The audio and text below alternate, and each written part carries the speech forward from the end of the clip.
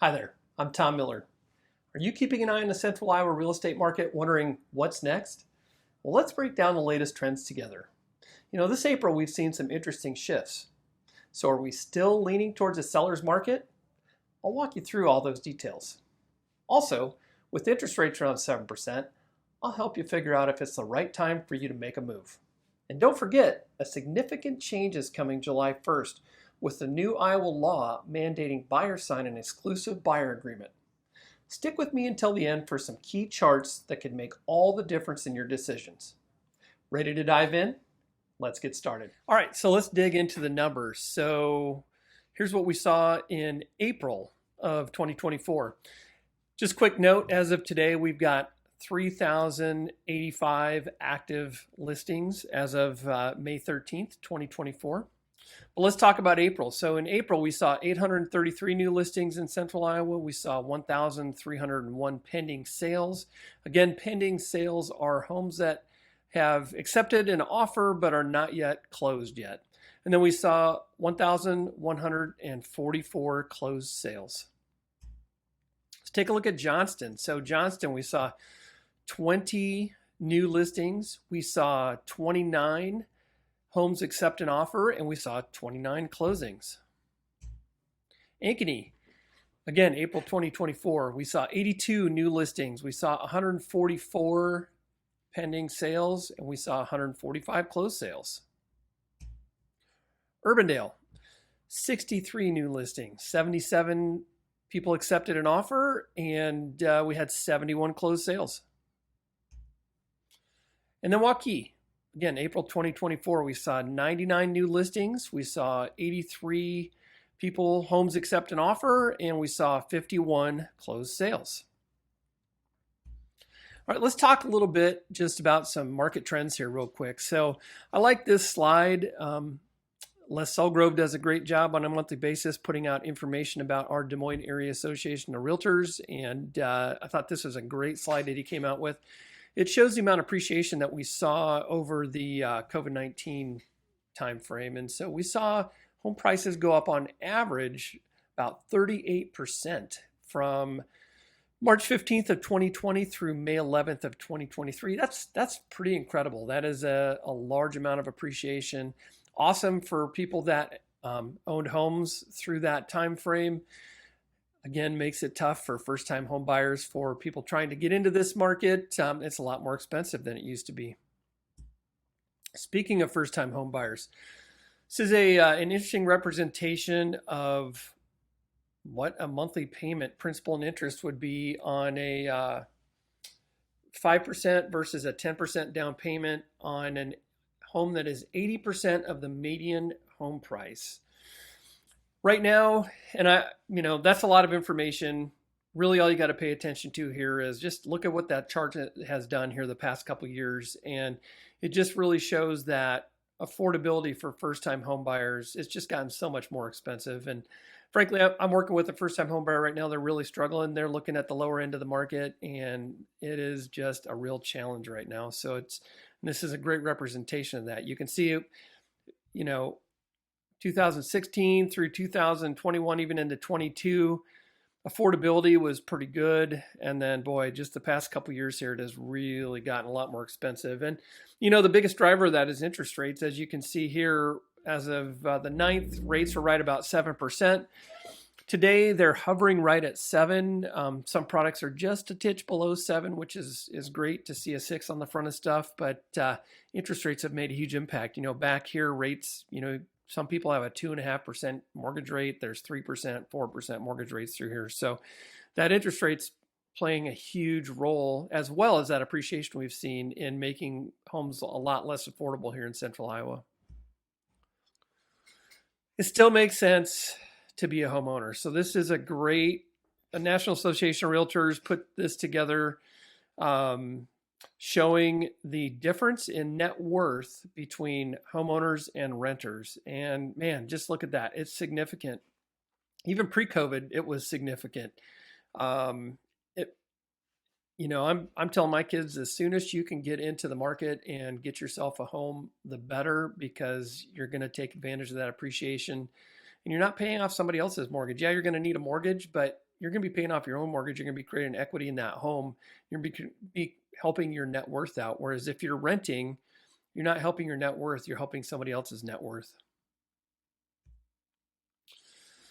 This really tells the story here of where we're still at from an inventory perspective. We are still, look at all of those price ranges. We've got everything from the bottom of the market clear up to 700,000 is in a pretty strong seller's market. Got one section here that's in a balanced market, and then the very top end of the market is in a buyer's market situation right now. But I'm going to tell you, I don't know that this tells the whole story. I believe that, because the way we look at inventory in real estate, it's more of a lagging indicator. I'm going to tell you that I believe this misrepresents the market a little bit, because although we do have low inventory, our transaction volume is still down a little bit, and really buyer demand is down a little bit. And so I think that's not being represented in some of the numbers right now, but nonetheless, our inventory is still low. And I'm going to show you some shocking numbers here in just a second. So, and this is where the shocking numbers come in.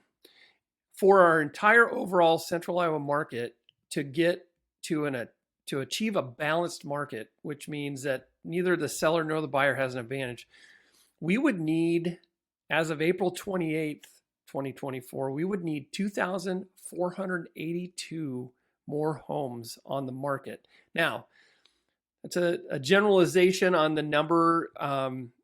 Probably needs to be in a distribution that matches the different price points and the average percentage of the market that makes up. But to fill the hole that we've got inventory wise, and to get us to a balanced market where we're not really seeing appreciation, we're not seeing depreciation, it's just a balanced market, we would need 2,482 more homes on the market, which I think is it's just amazing. That's a really big number, and it's going to take a long time to get there, and I don't know that we will get there. So I think we're going to continue to see home prices hang in there, continue to appreciate, although that appreciation is slowing down.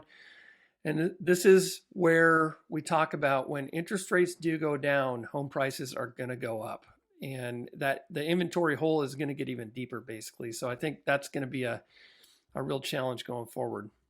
All right, real quick here before we wrap up, we're going to take a brief moment to talk about the new buyer agreement requirements that are going into place based off law Senate File 2291.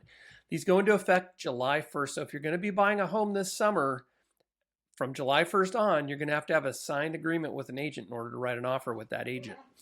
I'm going to real quickly just read this for you. As Iowa navigated the impacts of the class action lawsuits brought by the home sellers, Iowa Association of Realtors proactively introduced and passed the Real Estate Transparency Act to ensure licensees in the state of Iowa were prepared for the future of real estate.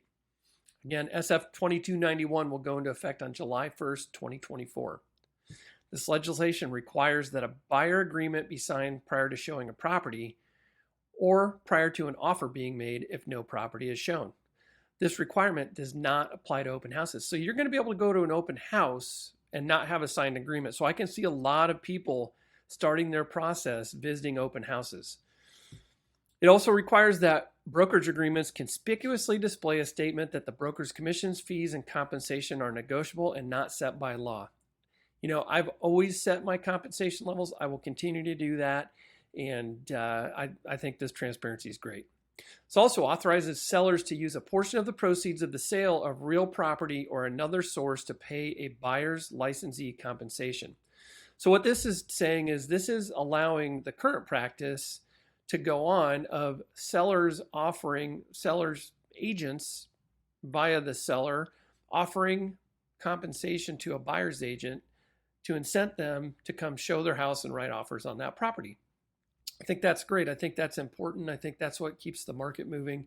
And again, more transparency around that is fantastic, but it's good to see there is some technical stuff about how that's going to happen between agents going forward. It's no longer going to be able to be listed on the MLS, which is going to create some challenges, but you know what? We're adaptable and we're going to figure it out.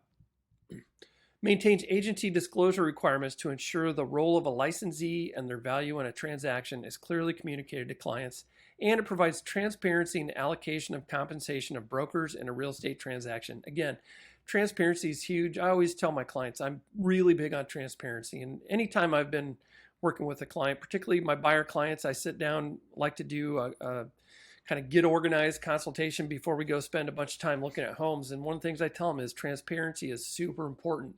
I'm going to be transparent with my clients. I always expect that transparency back. If I don't know what you're thinking, I don't have a clue what's going on, and it makes it really hard for me to help you. So I welcome this new level of transparency. I think it's great. And I think it's going to be an overall good thing for the marketplace going forward. All right, well, that's a wrap on this month's market update.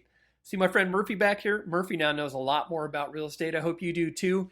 If you have any questions or any concerns, I'd love to hear from you. Shoot me a text, give me a call, Facebook message, Instagram, email, whatever works for you. Reach out. I'm happy to answer your questions. I hope you're having a great spring. I look forward to maybe seeing you sometime soon, and have a great day.